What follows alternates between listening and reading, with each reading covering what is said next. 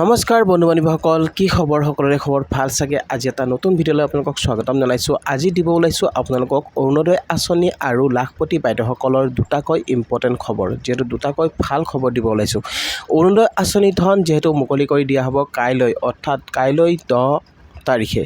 তো কাইলৈ যিহেতু 10 এপ্ৰিল লাখ লাখ মহিলাৰ একাউণ্টত সোমাব অৰুণোদয় ধন, আৰু লগতে লাখপতি বাইদেউসকলৰ ধন সোমাব নেকি? তো বহুতে যিহেতু ইয়াৰ বিষয়ে বহুতে ভিডিঅ' কৰিছে বা কৈছে, যে বহুতে জনাইছে যে কাইলৈ অৰ্থাৎ 10 এপ্ৰিলত সোমাব লাখপতি বাইদেউসকলৰ 10,000 টকা।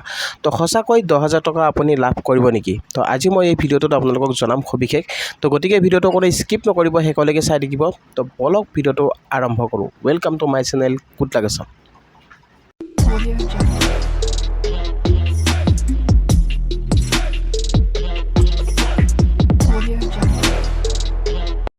তো গাইজ আপোনালোকক যিহেতু জনাবলৈ বিচাৰিছোঁ, অহা কাইলৈ 10 এপ্ৰিল। তো 10 এপ্ৰিলত বহুতৰে একাউণ্টত সোমাব লাখ লাখ হিতাধিকাৰীৰ একাউণ্টত সোমাব 1250 টকাকৈ। তো আপুনি লাভ কৰিবনে নকৰে? তো কোনসকল হিতাধিকাৰীক দিয়া হ'ব? তো মুখ্যমন্ত্ৰীয়ে যিহেতু জনাইছে যে এবাৰ সকলো হিতাধিকাৰীকে দিয়া হ'ব অৰুণোদয় আঁচনি। এবাৰ যদি আপোনালোকে আগতে কিস্তি যদি আপুনি পোৱা নাই, এবাৰ কিয়নো আপোনালোকে কিস্তি পাব পাৰে। কাৰণ আপোনালোকক যিহেতু মুখ্যমন্ত্ৰীয়ে যিহেতু কৈছে যে এবাৰ সকলো হিতাধিকাৰীক দিয়া হ'ব অৰুণোদয় কিস্তি, কিন্তু আপোনাৰ মাত্ৰ বেংক একাউণ্টটো আপুনি চেক কৰিব। যদি আপোনাৰ বেংক একাউণ্টটোৰ কোনো প্ৰব্লেম নাই, আপোনাৰ যদি সকলো ঠিকে আছে, তেনেহ'লে আপুনি নিশ্চয় লাভ কৰিব 1250 টকা। তো নতুন হিতাধিকাৰীসকলৰ ক্ষেত্ৰতো এনেকুৱা হৈছে, বহুতো হিতাধিকাৰীয়ে আগৰবাৰ কি হৈছিল, আপোনাৰ নৱেম্বৰ মাহত যিহেতু আপোনালোকক নতুনকৈ কিছুমানৰ যিহেতু নতুনকৈ অৰুণোদয় আঁচনি লাভ কৰিছিলে, তো তাৰে ক্ষেত্ৰত যিহেতু কিছুমানে পাইছে, এটকা পোৱাসকলে পাইছে আৰু কিছুমানে পোৱা নাই। তো এবাৰ যিহেতু কৈছে যে সকলো পৰিয়াল নতুন পুৰণি সকলোৱে লাভ কৰিব অৰুণোদয় কিস্তি, কিন্তু তাৰ আগতে আপোনাৰ বেংকৰ একাউণ্টটো এবাৰ আপোনাৰ চেক কৰি চাব। আপোনাৰ বেংকৰ একাউণ্টটোত যদি কোনো খেলিমেলি নাই, আপোনাৰ যদি KYC আপডেট হৈ আছে, আপোনাৰ বেংকৰ যদি মেছেজ আহি আছে, তেনেহ'লে আপোনাৰ প্ৰব্লেম নাই, আপুনি লাভ কৰিব। আৰু এবাৰ আপোনালোকে এটা কাম কৰি চাব পাৰে, আপুনি পঞ্চায়ত অফিচত যাব, আপোনাৰ লিষ্টখন এবাৰ আপোনালোকে চাই আহিব, আপোনাৰ লিষ্টখনত নামটো আছেনে নাই। তো সেই নামটো আপোনালোকৰ কৰ্তন হৈছে নেকি? তেনেকুৱা কিছুমান হৈ আছে যে বহুতৰে নাম কৰ্তন কৰি দিয়া হৈছে, যিবিলাক দুখীয়া শ্ৰেণীৰ লোক আছে সেইসকলক দিয়া হ'ব, আৰু যিবিলাক ধনী ঘৰৰ মানুহ আছে, সেই ধনী ঘৰৰ মানুহৰ যিহেতু নাম কৰ্তন কৰা হৈছে।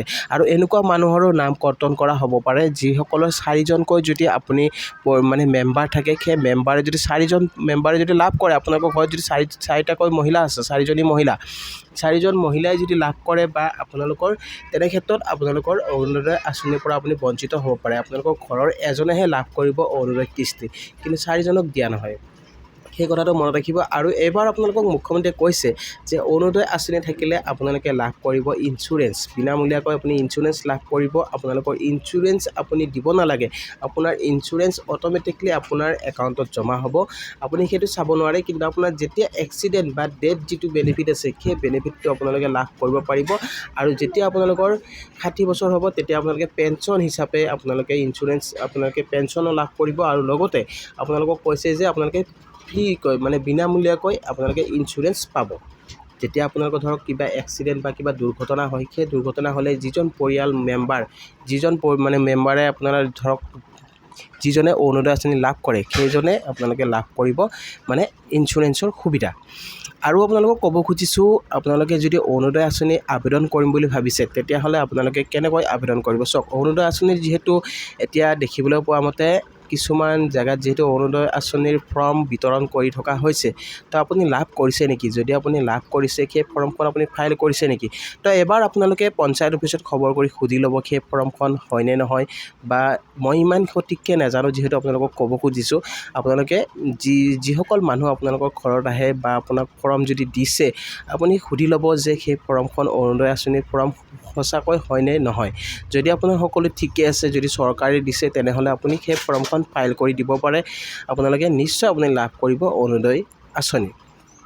আৰু অৰুণোদয় আঁচনিৰ যিহেতু আপোনালোকৰ 3G আবেদন তেনেকুৱাকৈ যিহেতু চলি থকা নাই, অনলাইন আপোনালোকে কৰিব নোৱাৰে, অফলাইনত যিহেতু শুনিবলৈ পোৱা মতে যিহেতু দি থকা হৈছে কিছুমান জেগাত অৰুণোদয় ফৰ্ম। তো আপুনি যদি লাভ কৰিছে, সেই ফৰ্মখনৰ বিষয়ে আপোনালোকে সঠিক এবাৰ জানি ল'ব, জানি লৈ সেই ফৰ্মখন আপোনালোকে ফাইল কৰিব। এনেই যধে মধে আপোনালোকে ফাইল নকৰিব, পিছত যিহেতু আপোনালোকে সেই অৰুণোদয় আঁচনি হয়তো আপোনালোকে নাপাব পাৰে। যদি আপোনালোকৰ সেই ফৰ্মখনৰ সকলোখিনি যদি ঠিকে আছে তেনেহ'লে আপুনি আবেদন কৰিব পাৰে। আৰু আপোনালোকক জনাব বিচাৰিছোঁ নতুনকৈ যিসকলে আবেদন কৰিছিলে সেইসকলৰ এবাৰ যিহেতু বহুতৰে নাম লিষ্টত আহিব পাৰে, তো আপুনি সেই লিষ্টখন আপোনালোকে চাই ল'ব। লিষ্টখন যিহেতু পঞ্চায়ত অফিচৰ পৰা আপুনি লাভ কৰিব পাৰিব।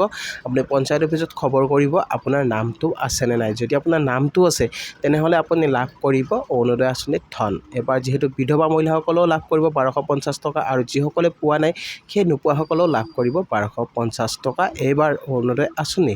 তো এবাৰ 10 এপ্ৰিলত বহুতৰে একাউণ্টত সোমাব 1250 টকাকৈ। আৰু এটা খবৰ আপোনালোকক দিব ওলাইছোঁ লাখপতি বাইদেউসকলৰ বাবে। লাখপতি বাইদেউসকলৰ বাবে যিহেতু খুবেইকৈ ভাইৰেল হৈ আছে এটা নিউজ, যিহেতু কৈ আছে আপোনালোকক সকলোৱে ভিডিঅ' বনাই কৈ আছে যে 10,000 টকা আপুনি কেতিয়া লাভ কৰিব। কিছুমানে কৈছে 8 এপ্ৰিলত সোমাব বুলি, কিছুমানে কৈছে 10 এপ্ৰিলত সোমাব বুলি। কিন্তু তেনেকুৱাকৈ মুখ্যমন্ত্ৰীয়ে আচলতে ঘোষণা কৰিছে নেকি কিমান তাৰিখে দিব বুলি? কিন্তু তেনেকুৱাকৈ এতিয়ালৈকে মুখ্যমন্ত্ৰীয়ে ঘোষণা কৰা নাই আপোনালোকক 10 এপ্ৰিলত দিম বুলি বা 8 এপ্ৰিলত দিম বুলি। যেতিয়া মুখ্যমন্ত্ৰীয়ে নিজ মুখেৰে ক'ব যে ইমান তাৰিখে আপোনালোকে লাভ কৰিব, মানে লাখপতি বাইদেউসকলে 10,000 টকা, তো এতিয়ালৈকে কোনো আনুষ্ঠানিক ঘোষণা কৰা নাই মুখ্যমন্ত্ৰীয়ে আপোনালোকক 10,000 টকা দিব বুলি। কিন্তু আপোনালোকে নিশ্চিত থাকক, কিন্তু সেই 10,000 টকা আপোনালোকে ইলেকশ্যনৰ আগতে লাভ কৰিব যদিহে আপোনাৰ সকলো ডকুমেণ্ট ক্লিয়াৰ আছে। এটা কথা মনত ৰাখিব, আপুনি যেতিয়া লাখপতি বাইদেউ ফৰ্ম জমা কৰিছিলে 3, 4, 5 তাৰিখে, সেই ফৰ্মখনত আপোনালোকৰ যদি সকলো শুদ্ধ হৈ আছে, আপোনালোকৰ যদি ধৰক গছপুলিৰ ফটো আপুনি আবেদন কৰিছিলে বা আপোনাৰ সকলো তথ্য সঠিক হৈ আছে, আপোনাৰ কোনো মিষ্টেক হোৱা নাই, যদি আপোনাৰ ক'ৰবাত যদি আপোনাৰ মিষ্টেক হৈ যায় তো তেনে ক্ষেত্ৰত কিন্তু আপোনাৰ ৰিজেক্ট হ'ব পাৰে আপোনাৰ ফৰ্মখন। আৰু এটা কথা মনত ৰাখিব, তাত ফৰ্মখনত এটা বস্তু আপোনালোকক লিখি দিছিলে, কৈছিলে যদি আপোনাৰ আগতে ঋণ পৰিশোধ কৰা নাছিলে তো তেনেকুৱা ক্ষেত্ৰতো আপোনাৰ হয়তো আপুনি নাপাব পাৰে 10,000 টকা। তো আপোনাৰ তেনেকুৱা আছে নেকি? যদি নাই তেনেহ'লে আপোনাৰ চিন্তাৰ কাৰণ নাই, আপুনি অতি শীঘ্ৰে লাভ কৰিব 10,000 টকা। কিন্তু আনুষ্ঠানিক তেনেকুৱা ঘোষণা কৰা নাই মুখ্যমন্ত্ৰীয়ে যে আপোনালোকক 10 এপ্ৰিলত দিব বুলি। কিন্তু অৰুণোদয় আঁচনিৰ ধন আপোনালোকে অহা 10 তাৰিখে লাভ কৰিব, সেইটো নিশ্চিত। কিন্তু লাখপতি বাইদেউসকলৰ 10,000 টকা কাইলৈ পাবনে নাপায়, কিমান দূৰ সঁচা এইটো মই আপোনালোকক ক'ব নোৱাৰিম, যিহেতু বহুতে কৈ আছে কিন্তু মুখ্যমন্ত্ৰীয়ে এতিয়ালৈকে ঘোষণা কৰা নাই। তো আপোনালোকে নাপাব পাৰে 10,000 টকা, কিন্তু আপোনালোকে সময়লৈকে আপোনালোকে অপেক্ষা কৰক, আপুনি নিশ্চয় লাভ কৰিব 10,000 টকা যদি আপোনাৰ সকলোখিনি ঠিকে আছে।